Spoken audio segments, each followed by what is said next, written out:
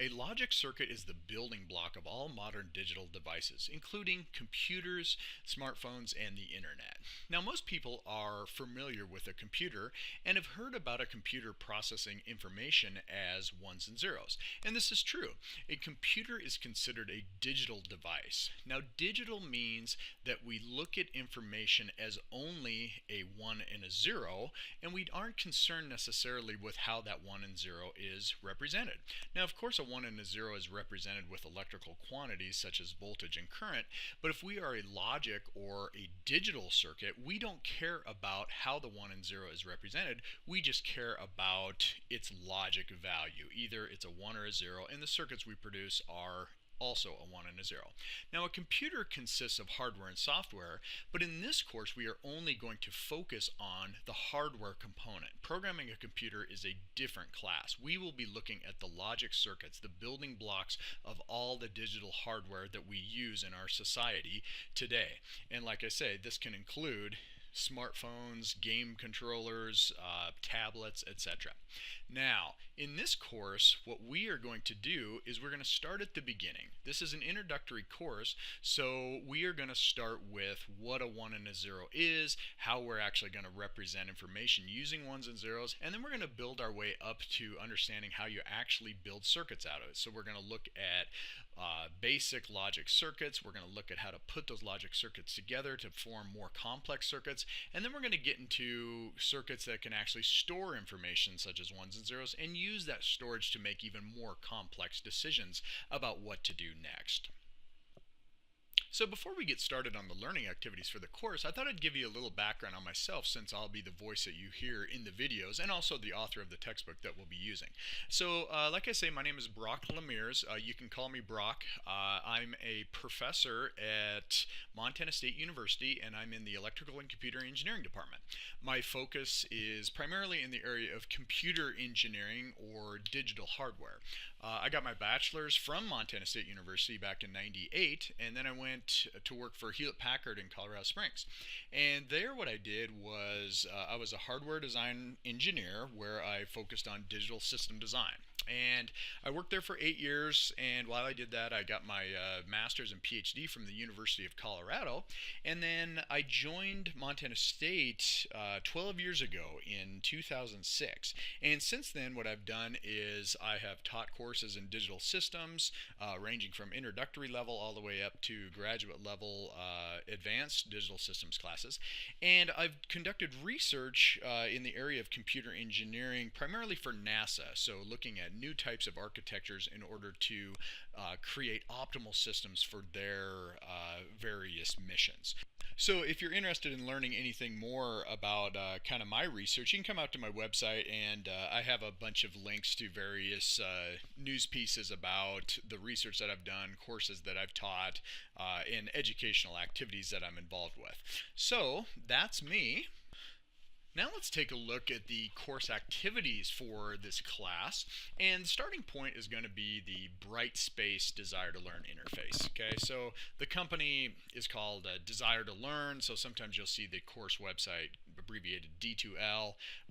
The tool that we specifically use for the course management is called Brightspace, so they're kind of interchangeable. You'll hear me talk about Brightspace or Desire to Learn. You'll see D2L used quite a bit too.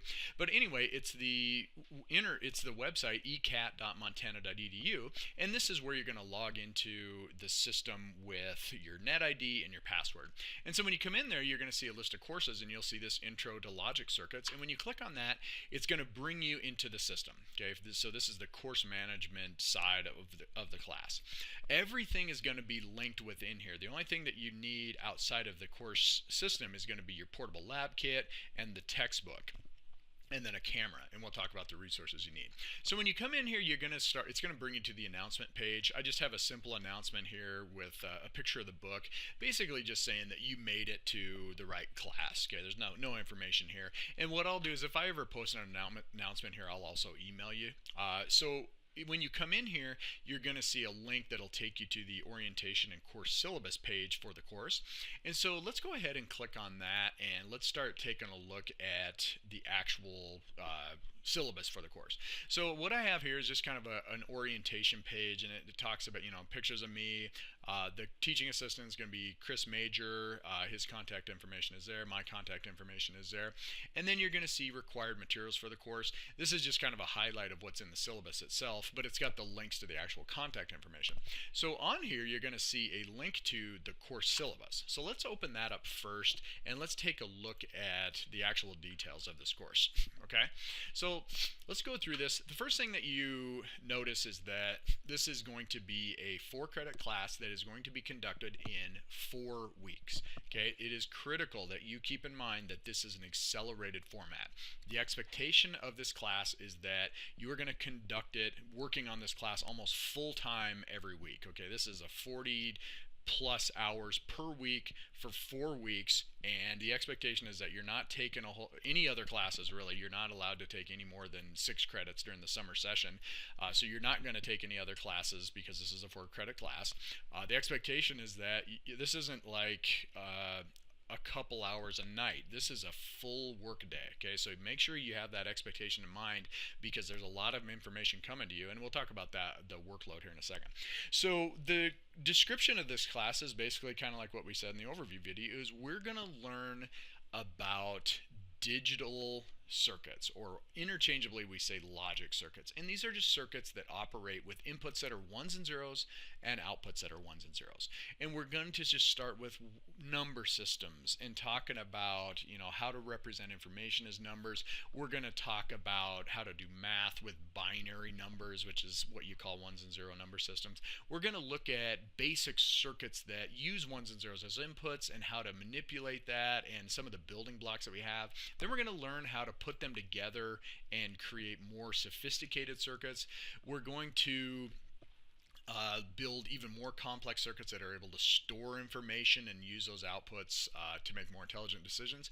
But then we also going to move into kind of a modern digital design flow, where instead of actually using discrete parts and designing things with pencil and paper, we're going to start moving into what we call a hardware description language. And this is a language that you are able to like type out a logic description of the functionality, and then use a computer tool to actually create the circuits for you. So those are the type of things that we're going to look at. And then we're also going to have an associated lab component of this. So this is not about just learning theory. It is about learning theory and then building a circuit based on that theory. So everything we do is going to be implemented on a lab, or implemented as a real circuit. And that's really where all the learning is going to take place. Okay. Now, in terms of materials that you need for this, you're going to need a computer, which if you're listening to this video, I'm assuming it's on a computer, but you can't do this course on a cell phone. Okay, you need a computer, and it has to be running Windows. Now you say, why Windows? It's because we are going to be using software that supports this hardware description language that only runs on Windows or Linux. So unfortunately, it does not support a Mac. So if you have a Mac, you got to get access to a Windows machine for those particular homework assignments that use a hardware description language, and the labs that also are based on that. You also need the textbook. Now the textbook is called Introduction to Logic Circuits and Logic Design with VHDL by me, and you can get this through the MSU bookstore. You can also get it on Amazon. So usually the prices on Amazon are the cheapest, and I've seen it for less than $60. So you got to have this book, because we will be following this book exactly, and we'll be covering chapters 1 through 7 in it. Then you're going to need the Digital Logic Portable Lab Kit. Okay, so this is going to be a box of parts that we are going to send to you, and you have to have this on day 1. So on day 1, you're going to have a lab that's due, and you're going to need this kit. So at this point, I've already contacted you for your address, so you should have this kit. And the key on these kits is that we're going to check them out to you.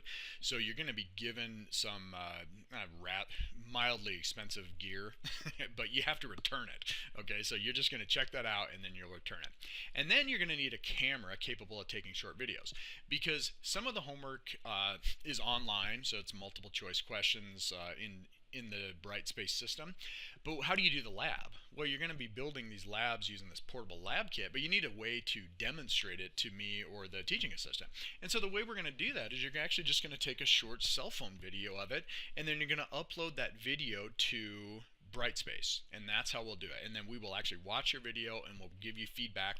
And many of the experiments are going to be taking measurements, so you can do screenshots and you'll upload those. You're going to be taking videos where you'll actually be changing the input values using switches and watching LEDs light up to show the output and stuff like that. So you have to have a camera capable of doing that. Okay, the prereq for this course is actually just algebra. Okay, so it's not a calculus-based course, so you can take this if you've just had basic algebra. And let's see, the course website, you're already on that, of course. The grading distribution is going to be 25% is your homework, 45% is your labs, so it's weighted heavily toward the labs, and that's because all the learning takes place in the labs. And then the end of module quizzes, we're going to cover 7 modules or 7 chapters in the book, and at the end of them you're going to have an end of module quiz, and you can kind of think of these as kind of your like little mini exams. And then at the end you're going to have a comprehensive exam, which is worth 10%. Okay.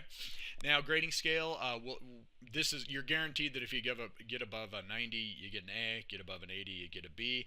I don't usually give pluses and minuses unless it's extraordinary case.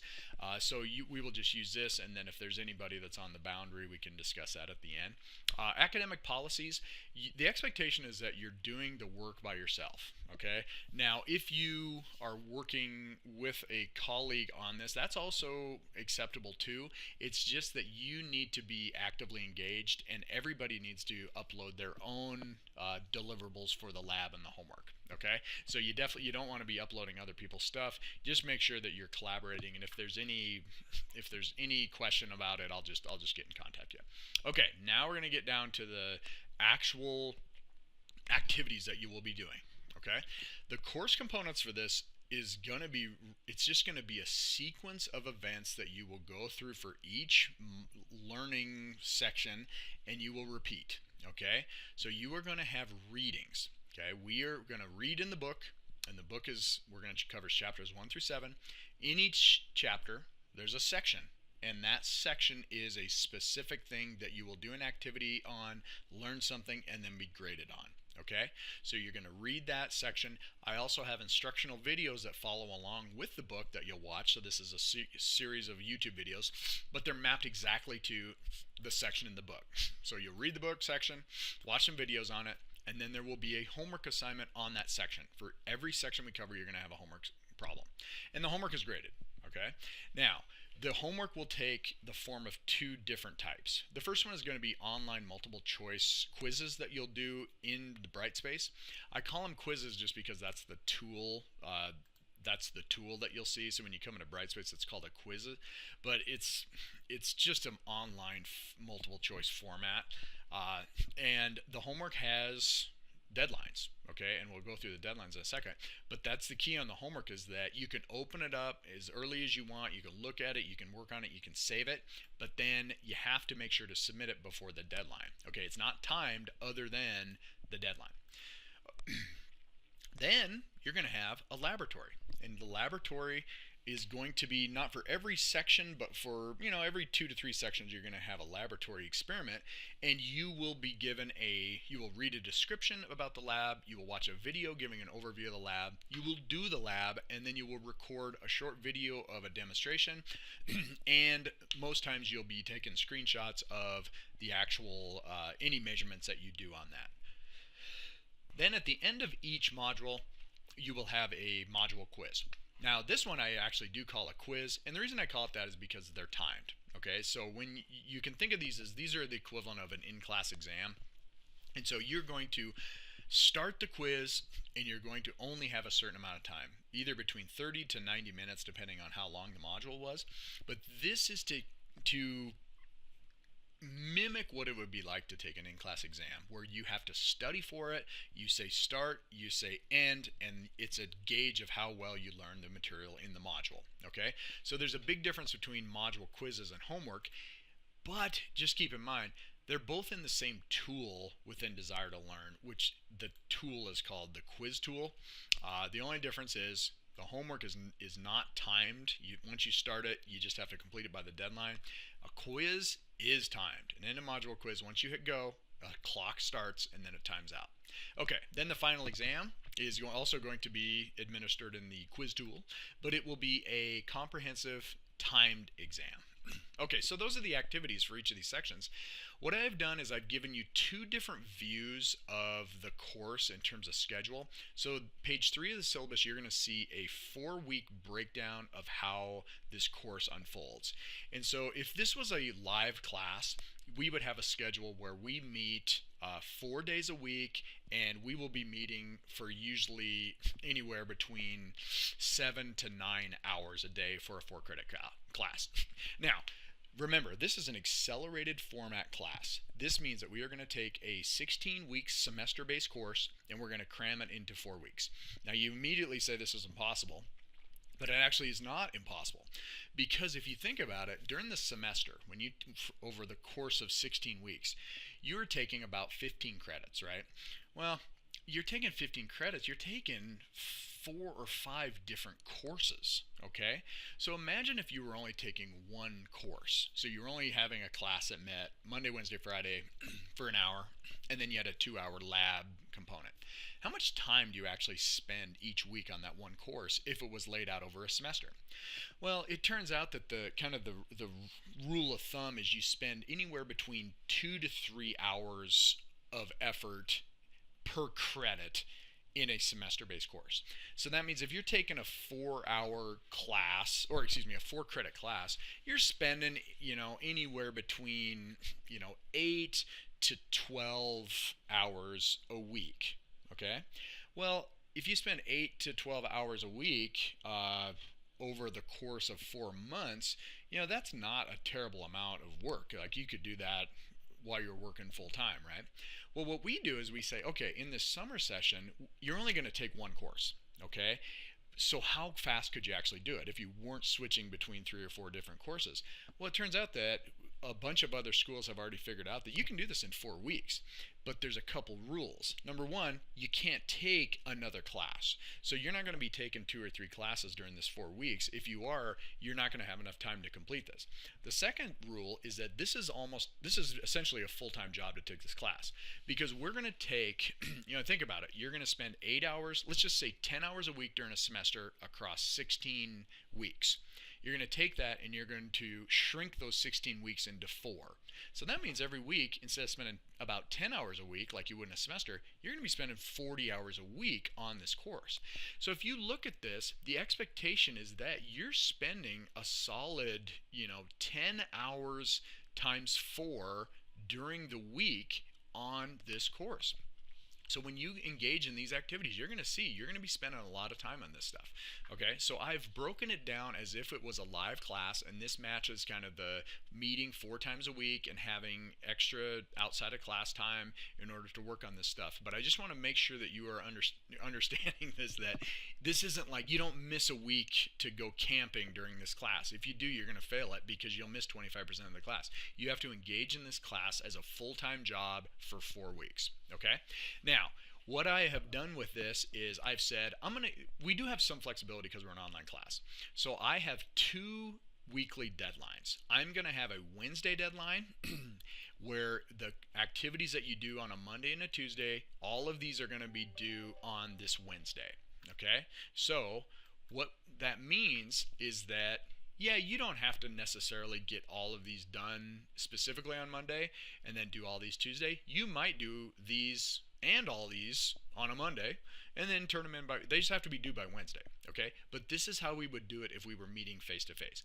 It is critical that we have deadlines throughout the week. Otherwise, you might get in a bad situation where you're going to try to do this entire set of activities on the weekend, and it's impossible to do. You just can't fit 40 hours worth of work into a Saturday. Okay, so that's going to give you, the first 2 days of the week are due on Wednesday, and then what I do is I have Thursday and Friday. These tend to be activities that might take a little bit more time because you would have maybe some time to spread out over the weekend. So what I do is the Thursday, Friday activities are due the following Monday. Okay, so every week you're going to have a deadline of Wednesday, and then you're going to have a deadline of the following Monday. And what I did is I did that consistently throughout all 4 weeks. So when you get down to week 4, you're going to notice that the deadlines for the Thursday, Friday activity are actually due the Monday after technically the course ends. You should be able to be finished on this Friday, but just in case you get used to using these weekends, I just let you keep going with that. Okay? On this weekly activity, I show you exactly what you should be doing, the specific assignments, and then I put the deadline right here. So you can look at, I would have this thing open all the time, every time you work on this class, open this thing up and look at what you're supposed to be doing and when it's due. Now, another view of this is the activity flow and grading breakdown. So when you look at this right here, I'm going to show you every graded assignment and what its points are worth. There are 1,000 points possible in this class, and I break them down into each specific section and what they're worth. So if you look at this, we're in Module 1 during Week 1. Section 1.1, you're going to have a homework that's worth 2 points. Then you're going to have a homework 1.2, which is worth 2 points. Then you're going to have a lab. Look at the lab. It's weighted a lot more than the homework. And then you're going to have a quiz, which is weighted more than the homework, not as much as the lab. Okay, and that quiz reflects the effort that you put in there. Same thing, here comes Module 2. You're going to have 4 homeworks, and then you're going to have a lab, then a quiz. Then you're going to go to Module 3. You've got 4 homeworks, a lab, and a quiz. Notice that this lab for Module 3 is weighted more than Module 2. That's because it is a more difficult lab that takes a little bit longer, and that shows up in the amount of points that you get and also the amount of time that you're given. These ones tend to be hanging around on the Thursday, Friday, and so forth you go. So you just keep going through all this stuff, and you just work your way all the way through all the activities, and then you take the final exam, and then you are done. The last 2 pages of this show you your specific learning outcomes. So after you complete each of these sections, we're not just doing it to do it. Every single one of these sections is a specific thing that you should be able to do after you are done with it, and they all build on each other to get to the point that you have a solid understanding of logic circuits. Okay, so that is kind of the overview of the course. And if you're sitting here going, okay, now what do I do? Well, you go into the content and you can actually just click on this button right here, and it'll take you to Module 1. Each module has a page, and it starts with the learning outcomes and then the activities. The activities consist of this. Read the section in the book. Watch the video. If you click on this video, it's going to start a YouTube video of me talking about whatever the section is. And then you are going to take a homework assignment. And if you click on the homework, it'll take you to either an online quiz or hardware description language simulation, and that'll make more sense when we get to chapter 5. Done with that, go to 1.2, repeat, then you have a lab. Okay, now the lab, when you click on the lab description, you're going to be brought to a big PDF. It's just one PDF, and you're going to go read through the description for that particular lab assignment. Okay, and it's pretty self-explanatory. It's really more like a tutorial. You're going to walk through it. I also give you a video for the lab, and then you take all your deliverables and you're going to upload them to what we call assignment folders. So assignment folders, if you click on this, it's going to be a place where you can upload your video and then upload any screenshots that you had for that particular lab. Then you get done, end of module quiz, click on that, and you're off and running. You've completed those activities. Guess what you do then? Go to the next page and repeat. I've tried to design this so it's very repetitive. The deadlines are all consistent. The activity flow is all very similar. Every section is read, watch a video, do the homework. Read, watch a video, do the homework, and you go along with that until you get to a lab. Read the lab description, watch the video, do the lab, upload your deliverables to the folder. Not all modules are created equal, of course. If you go to, let's say, module 4, there's multiple labs associated with this. So you're going to do some homework, then you have a lab. Then you're going to do another homework, then you have a lab. Then you got another homework, then you have a lab. So this one consists of 3 homeworks or 3 labs. So that's just something to be aware of too. Okay, when you do this, you will get stuck. And what do? Who do you contact? Well, you contact me, or you contact the teaching assistant. Where do you find our contact information? If you go to course information and syllabus, email me immediately or email our teaching assistant immediately, and we will reply guaranteed within 24 hours. Almost always it'll be very rapid. Okay, I carry my phone throughout this entire course, so I will be able to reply to you immediate. Don't stay stuck for long. Okay, if you are stuck on something and hours are going by, don't stay stuck. Contact me if you want. No, just email me, and if you want, we can set up either a phone call or a Google Hangout, and we can talk through it. But we are here to help. This, even though this is an online class, you have a teacher and a teaching assistant that are here the entire time. Okay, well that is it. So I look forward to working with you this summer. If you are engaged in the class in terms of doing the activities, I think you'll find it's an enjoyable experience, and you will learn something that gives you a tangible skill set at the end of it. So good luck, and hopefully everything will go fantastic.